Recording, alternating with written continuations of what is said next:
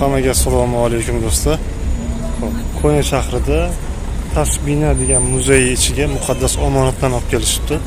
Ya'ni kim o'sha payg'ambarimiz sollallohu alayhi vasallam davrida ishlatilgan narsalar, tuproqlar, kaba po'shtlar, to'g'risi o'zim ham kirib ko'rishga oshiqman. Hozir tezgina kirib sizlarga ko'rsatishga harakat qilaman.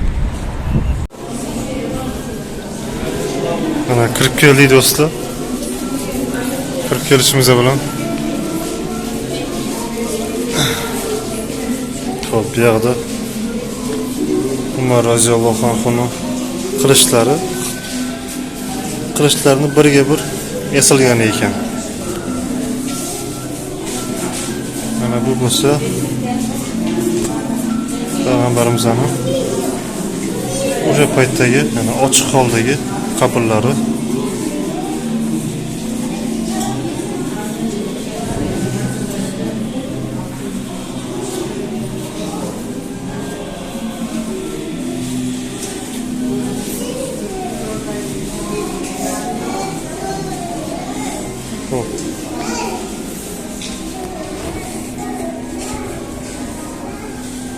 Mana bu bo'lsa yopiq hol ekan qabrlarni. Mana do'stlar, buni ko'rishingiz mumkin. Kaba po'sht. Xo'p, haqiqiysi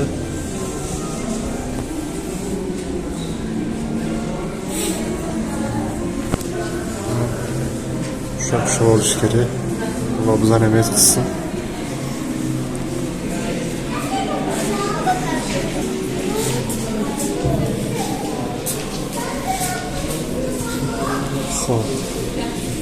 Bu tarafta Madina shahrining maketi ekan.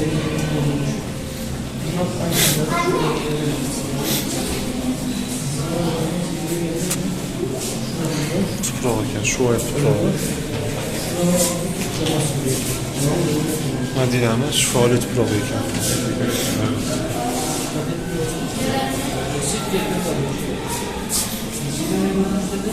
Maşallah do'stlar, qaranglar.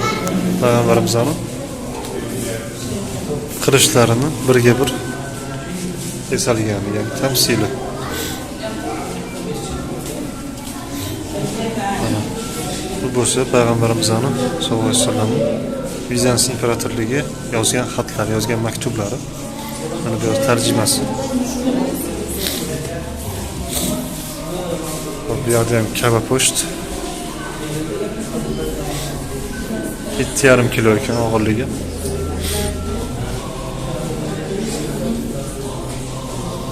Xo'p, endi ichkariga kiramiz. Ichkariga kirishimiz bilan xo'p.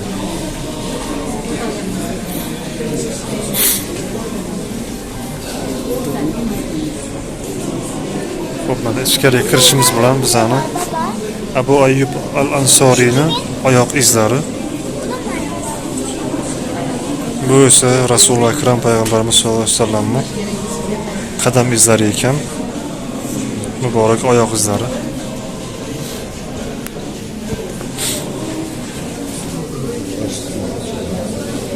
Odam juda ko'p. Mana bu bo'lsa payg'ambarimiz sollallohu alayhi vasallamning oyoq kiyimlari.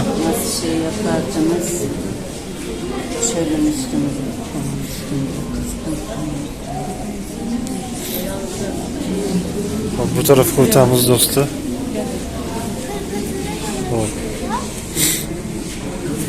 Ko'rishingiz mumkin. Payg'ambarimizning soqollari, uzun sochlari ekan. Soch tolalari ekan. Kameradan ko'rinyapti yo'qmi? Xo'p, bu tarafga o'tganimizda esa bu yerda uzun soch tolalari bor ekan.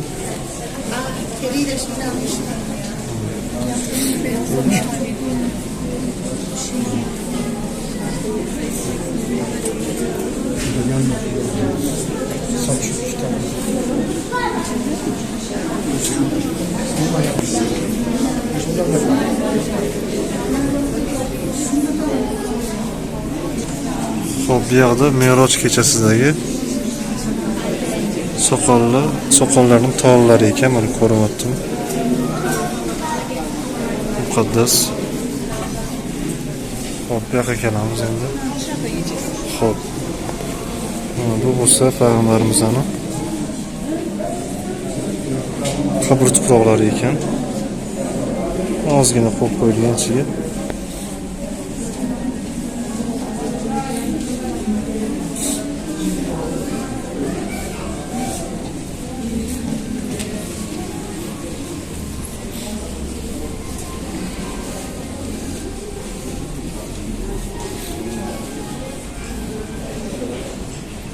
Bu Uhud toshi.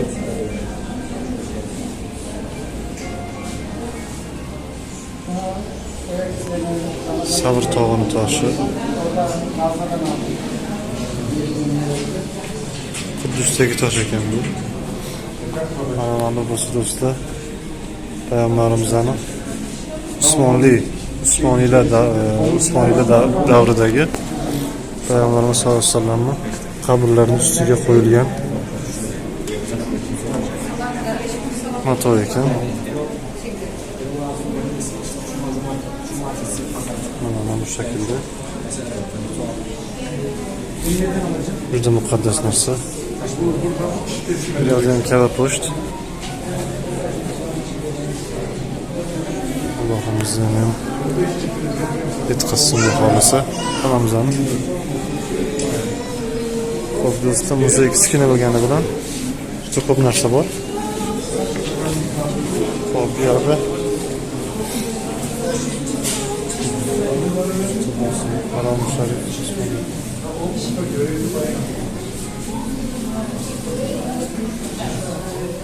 Xo'p, mana bunisi Madinada Payg'ambar sollallohu alayhi vasallam Madinadagi uylarini ichkarisida ishlatilgan to'shama ekan. Xonalarning bir joyida, bir chekkasida turgan matodan bir parcha ekan. Tasavvur qilsam do'stlar, o'sha paytdagi narsalarni saqlab shu paytgacha, shu kunimizgacha kelgani mana Payg'ambar sollallohu alayhi vasallamning uylarini zamoga kaliti ekan. Ushlab qo'yilgan. Bu bo'lsa mana Ka'batullohning eshigini zamogi ekan. Mana shu zamog saqlanadigan sumka ekan, xalta ekan.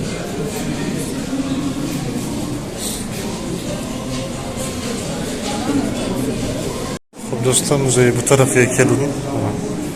Payg'ambarimiz sollallohu alayhi vasallamning uylarini tozalagan, chang to'zorlarni tozalagan mana bu buyumlari va o'sha uylardan chiqqan chang yig'indisi tuproq holida.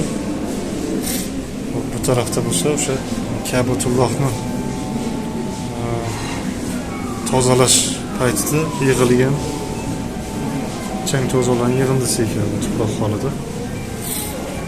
Xo'p, narigi tarafda esa nima bor ekan bu yoqda?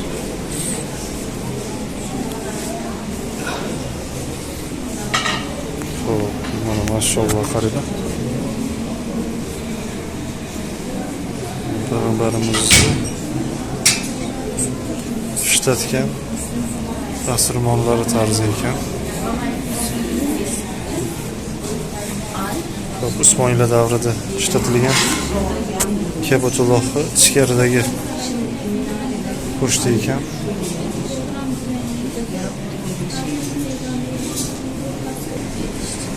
Xo'p, do'stlar, mana bu bo'lsa Usmoniylar davridagi Ka'batullohni eshigi ustiga qo'yilgan mato ekan. Xo'p, mana bu bo'lsa Badr toshi va tuprog'i ekan.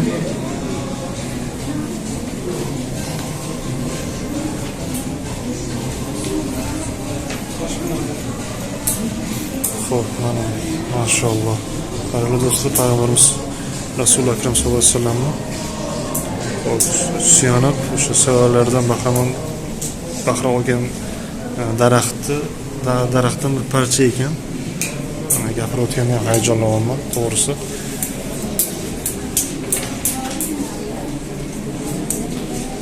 Hatto o'qishinglar mumkin.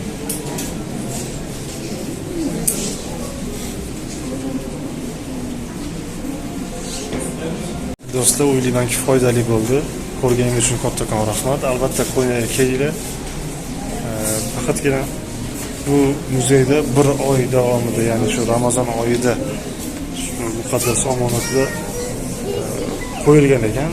Ramazondan keyin balki olib ketishar. Unisidan hali xabarim yo'q. Ko'rganingiz uchun kattakon rahmat. Hammaga xayr.